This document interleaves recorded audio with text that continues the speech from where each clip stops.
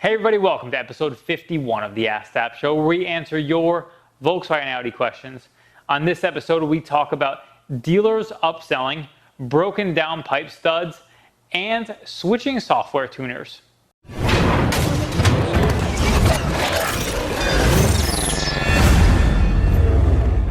This has nothing to do with VW, but I was just curious as to why dealers always want to fix more or find something wrong when all you want to do is get your recall fixed.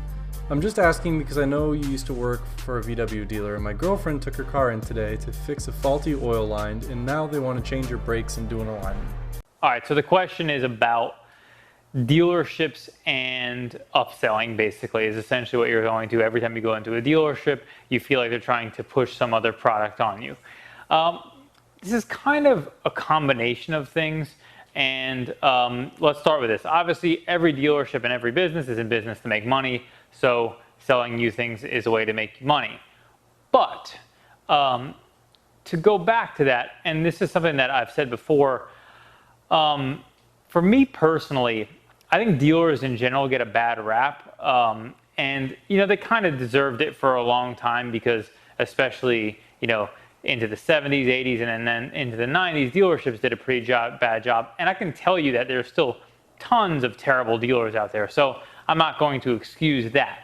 But generally, most dealers now understand the dynamics that if they try to take advantage of customers, it's a bad long-term decision for their business, and they're not going to do that. So they're not going to sell you just pure air.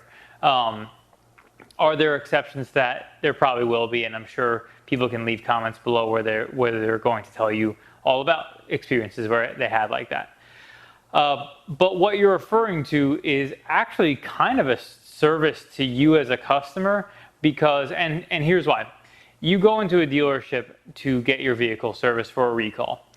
They repair your vehicle. They are then going to check over your vehicle to make sure that everything is up to par. Now, they're doing that obviously to sell you something, but they're also doing that to make sure that everything's right on your car. So you can get mad at them for trying to sell you something, but they're also doing you a service that doesn't cost anything to tell you, hey, you need brakes and an alignment. Now, alignments are something that people are going to have different opinions about this, but as far as VW spec is concerned, they could almost sell you an alignment anytime that you're in a dealership, because VW recommends alignment once a year. I'm pretty sure it's once a year. And that's because anytime you drive down a road, you could, let's say you hit a massive pothole, your vehicle can now be out of alignment. So aligning your vehicle once a year ensures that you don't have any tire wear issues, because obviously tires are expensive. On better tires, let's say, you're looking at, let's say, Michelin tire, on average is around, let's say, $150, $200, maybe $250 a tire. So let's say you're $800 to $1,000 for a set of tires. Failing to align your vehicle could cost you a set of $1,000 tires, which means obviously you want to do that more often than not. Now, do you do it once a year? That's completely up to you to make that choice. But it's not only is it their obligation, but obviously they're incentivized to offer you the best information they can, which in turn helps them, but also helps you. So in that particular situation, I would say, unless they're selling you brakes that you don't need, let's say they're trying to sell you brakes and there's 30% pad life left, then they're doing something for you to offer you the option to fix the car when it needs to be fixed, instead of waiting till, let's say, the brakes are metal to metal and it's not stopping well, which is obviously a safety hazard. And they have an obligation to not allow customers to drive on the road with unsafe vehicles. So that's going to be part of it. Again, they're going to try to sell you services sometimes that may or may not be necessary. And, as we've gotten more towards direct injection engines and stuff like that, things like fuel services have kind of been something that used to be something that we would sell at dealerships. And I think they had some legitimate effects. Now that they're not, that's on port injection stuff. Now that you have direct injection, I'm not sure that fuel services and things like that have any real impact on things like carbon buildup, which is the biggest issue. If you're not familiar with what that is, I'll put a link to an article that I wrote about carbon buildup on direct injection engines that explains all that. So hopefully that answers your question. Just understand that anytime you bring your vehicle in somewhere and they're trying to offer you something, yes, they're trying to sell you something, but at the same time, assuming they're a legitimate business doing the right thing, they're also instructing you on something that's going on in the vehicle that needs to be addressed. So you should take it as both those things and understand that. And whether you choose to go with them or not go with them, that's really not, you have no obligation to do that. So, you should be okay with the situation you're at. Tammy via shopdap.com says, my dealer is suggesting a manual carbon flush for my 5-year-old Passat Wagon. They want to charge me $840. That's crazy high, I feel. Am I wrong? They also said it would take 4.5 hours of labor. Is that normal too? My car was at the dealer for unrelated issues and it was given back and it wouldn't start. So frustrating. But should I just bite the bullet? Okay, Tammy, let's start with your carbon buildup. So 4.5 hours seems like it's not out of the realm of anything realistic for a TSI intake cleaning. I know they charge something like 3-ish hours to pull the manifold off. Plus, obviously, they have to manually clean all the valves. 840, I don't know where that number is coming from, so I would kind of dig into that a little bit, because cleaning a manifold on a TSI engine doesn't really require a lot of parts. The only thing it doesn't require or is recommended is the fuel injector seal kits, which are like $10 each, so times 4, you're looking at $40 in parts, and then maybe some cleaners and stuff like that, depending on how they're doing. I don't know, maybe they're walnut blasting, and so they're charging you for using that machine. I don't really know if that's how they do it, whatever. It does seem a little bit on the high side by maybe, I don't know, $100-ish to $200 would be my off the top of my head. Now keep in mind, we don't do this type of services, so I don't know exactly what they charge, but the best thing you can do is just shop around. Contact some other shops, either dealers and or VW specialists, to see what they charge for carbon cleaning. That's a great option. My assumption is, and this is going to vary by area, that their labor rate isn't that high that it's going to make up the rest of that difference. So there must be something else in there that they're charging for that may be legitimate, may not be. I can't really say, but you should get from that info from them before you make an assumption that they're trying to take advantage of you, and kind of get an idea of specifically what kind of the breakdown of what the charges are for, because 4.5 hours labor at $100 an hour is $450. So even if you bump that up to, let's say, $125, which would be in some of the more major markets, might be in the $125 range, like New York, LA, Chicago, Miami, those cities probably are in the $125 range. But cities like us, Charlotte, and a lot of cities like us, which we're not a small city, so we're going to find a labor rate somewhere, I think, in the 105 range for most dealers. So that's that component of that. Again, shop around, you can find more answers. In regards to your issue about not starting when you get to the dealer, I definitely understand your frustration, and I think that's a really tough situation, because from your perspective, you brought them a car that was fine and had nothing wrong with it, and then you get your car and it doesn't start. The problem is they have no way to control that. I mean, you could say if they were really dishonest, they've done something to cause that, but that's really unlikely and not really in their best interest to do things like that. I personally, back when I was a tech forever ago, when I first started in VW in the dealership, they actually had a lot of ignition coil problems. The coils would go bad in the cars, causing them to misfire, run very poorly, to where you couldn't really drive the car. Back at those times, VW had some serious problems with supply issues, because they had so many coils going bad they couldn't keep up with the supply, and they were on back order. So we had customers who were waiting for maybe a month for one ignition coil to fix their car. And I remember specifically one time we put one ignition coil in, the customer came to pick up their car, and another ignition coil went bad as they were leaving the dealership. So, I've had cars that I worked on back when I was a tech that the check engine light came on.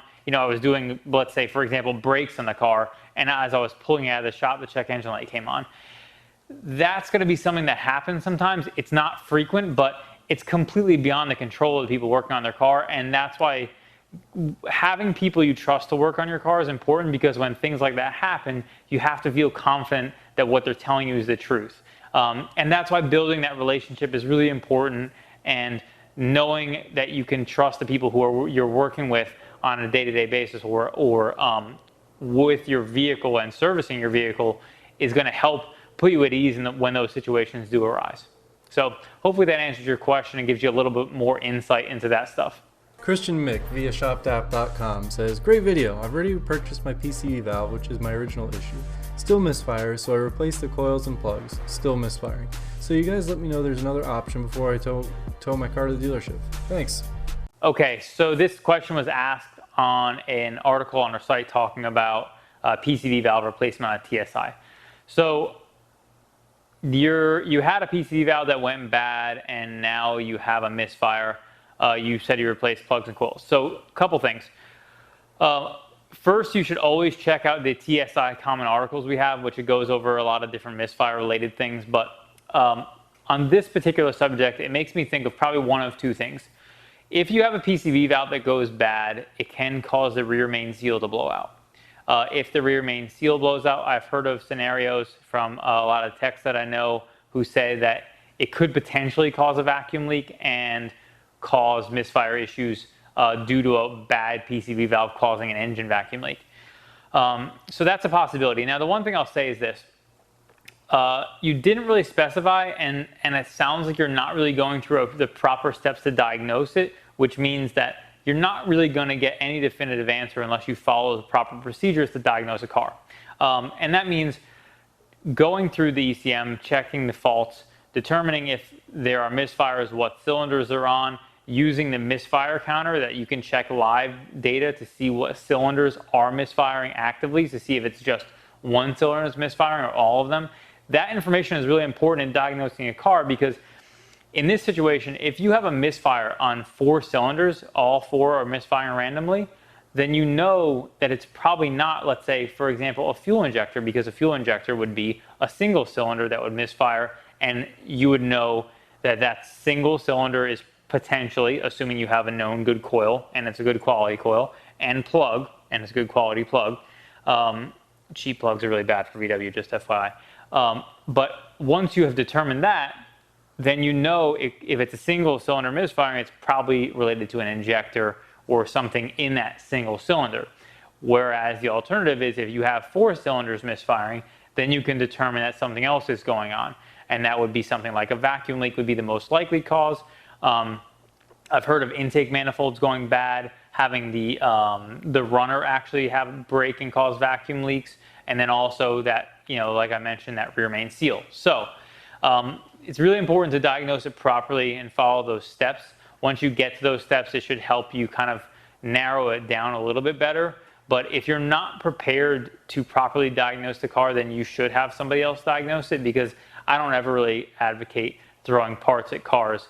Even though, if you're buying it from us, it's beneficial for us, I just don't feel good about anybody just buying stuff hoping it's going to fix their car. There's a proper method to diagnosing cars, and if you don't have the skill set or the tools to do it, you should always let somebody else who's a professional do it, because, and I can tell you from my personal experience, I have seen people in dealerships when I worked in parts. I remember there was a guy who spent like $800 replacing parts on a Cabrio, and every time he came in, he asked for a new part, and I kept trying to tell him, hey, just pay for diagnostic. At that dealer, we charge $50 for, just initial diag, assuming we didn't have to go crazy in depth. So I said $50 is going to be way better than just continuing to replace parts. And eventually, $800 or $900 in, he actually had to pay the $50 because he didn't know how to fix the car. So that's always my advice, always, is let professionals handle it if you don't have the tools and or skill set to do it. So hopefully one of those things can lead you in a direction to solve your issue. Hi, I hope everything's going well. I have 2 problems. They were both in the turbo manifold. I changed my downpipe by myself, took the stock one out, put in a 3-inch. 5 days later, I decided to change the gasket. So this is what happened. The top bolt that's close to the engine snapped, and the bottom nut close to the engine got stripped. I got the replacement M10 studs, but I'm wondering, how do I remove these things? Please help. I have a 2012 GTI. All right, so you have a TSI engine with a broken downpipe stud. So this is pretty common to happen on that car, on all the TSI, and I think FSI's had the same issue as well, where there are 4 studs that go to the turbo, and then you put the downpipe flange onto that, and then you bolt the nuts onto the studs, obviously, to mount the downpipe in place. There would be a gasket between the two, of course.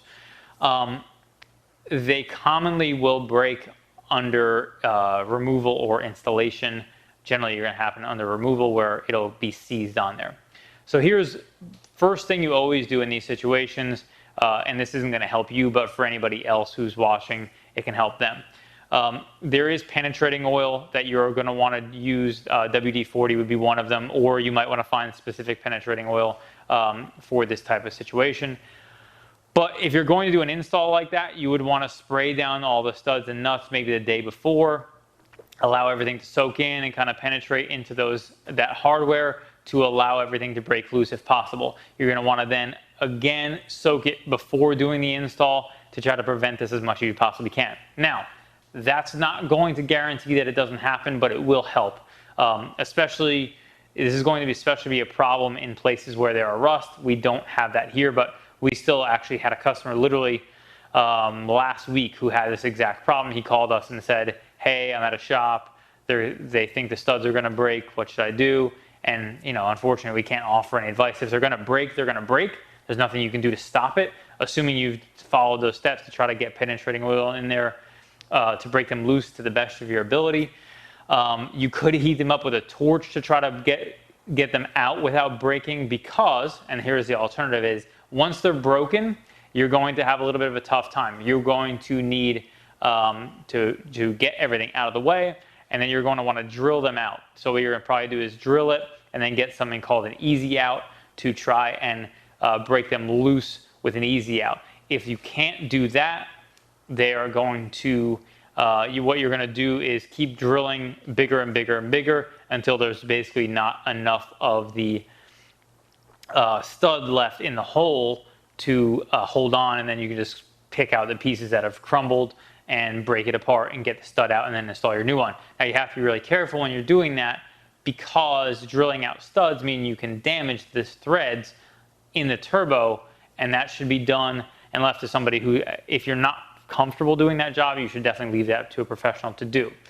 The one problem with that is you're probably going to have to pay what's called time in, or I assume most people are going to charge time in, which means you're going to have to pay however long it takes them to resolve the issue, because jobs like that don't have a book time. You know, it's not like, oh, there's a book time for replacing an intake manifold in a car. You remove it, you install it. This is something that it's going to take them an undetermined amount of time to drill that stud out, and it's not going to be easy, I can promise you that. And there's always risk for problems along the way, and you could drill it and put an easy out in it, hammer it in there, and then knock it, you know, break it loose and it cracks out of there. You could literally drill it all the way until there's nothing left of it, and then you just basically break apart what's left and pull that out. So it's always a terrible situation when that happens, and no one's going to be thrilled to deal with that. So hopefully that answers your question, at least how to resolve it, but it's not going to be an easy road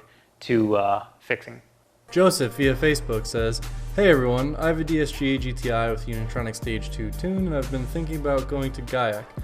Has anyone ever switched from Unitronic to GIAC? Also, does anyone have dyno charts that I can compare? Preferably a DSG GTI. Okay, so this question was actually asked in the Mark 7 Facebook group, which I try to stay pretty active in and respond to people whenever I can, answer any questions. So I grabbed this because I felt like this is something that we've had customers over the years that have kind of approached us to say, hey, should I change? Hey, this and that, because they start getting dyno envy because they look at someone's numbers and they think, oh, I need to change so I can get better numbers. The problem with this is the cost of software is pretty expensive, and what you gain, even if what you're saying is true, that you would get slightly better numbers from a specific different tune, the amount you gain relative to the cost of doing so is just not practical. Now, you know, who am I? I'm just some guy. You know, I'm not here to tell you what to do. I'm just telling you my opinion based on my thoughts about spending the, let's say, $700 to switch from one tune to another to get another like 5-7 horsepower, whatever it may be. And here's the other variable. If you get a tune from, let's say, a tuner who has some crazy drivability issues that you can't resolve, you've tried to get with the tuner to help you resolve your problems, and the thing is just has this drivability issue that drives you nuts, well, then maybe it's worth it to you. Maybe you want to switch out because you want to go down that road. Now, this was on Mark 7 specifically, and I talked about in another video recently on AskDAP where a customer or somebody was asking about tunes and differences, and they talked about boost levels. And this is the one thing that I talked about then that I think is a relevant component here, is that when you go to switch to a higher power, there are some Mark 7 high output files that are out there. They run high boost. So keep in mind, and this is something that I've seen a lot of people talk about, is they want power, they want power, they want power, but then when their turbo blows, they freak out, and they weren't really prepared for the risk that they took by going to a higher output file. So just be aware, if you're choosing to go with, let's say, and Unitronic is definitely one of the more conservative ones. The number output's solid, but they're definitely conservative in the amount of boost they put out, and they're not trying to make Dyno Queen numbers. So they have always had the motto that ever since we've talked to them about this, that we're trying to put out something that's a solid, reliable product, and we want to be comfortable with giving people that product and not having potential issues with the car. So just be aware that whenever you go to high output files, that there are risks associated with that, and however minute they might be, they're there. And so when you do that and you blow your turbo, it's something that you should be prepared for potential of happening when you go down the road of that stuff. So hopefully that shares a little bit of insight into this. I definitely think that, in my opinion, for people, and especially that community of the Mark 7 Facebook group, it's such a mod happy community that you're better off investing that money in a different mod, let's say, upgrade your front mount intercooler, than you would be getting a different tune. That's just my personal thoughts. And hopefully, actually, you know what? Let's do this. Anybody who has their thoughts on that, I'd love to hear in the comments below what your opinion is on that specific thing. Thank you for watching episode 51 of the AskDAP show, where we answer your Volkswagen Audi questions. If you have any feedback about the questions answered in this show, be sure to leave it in the comments below. If you like this video, be sure to give it a thumbs up and subscribe for more like it.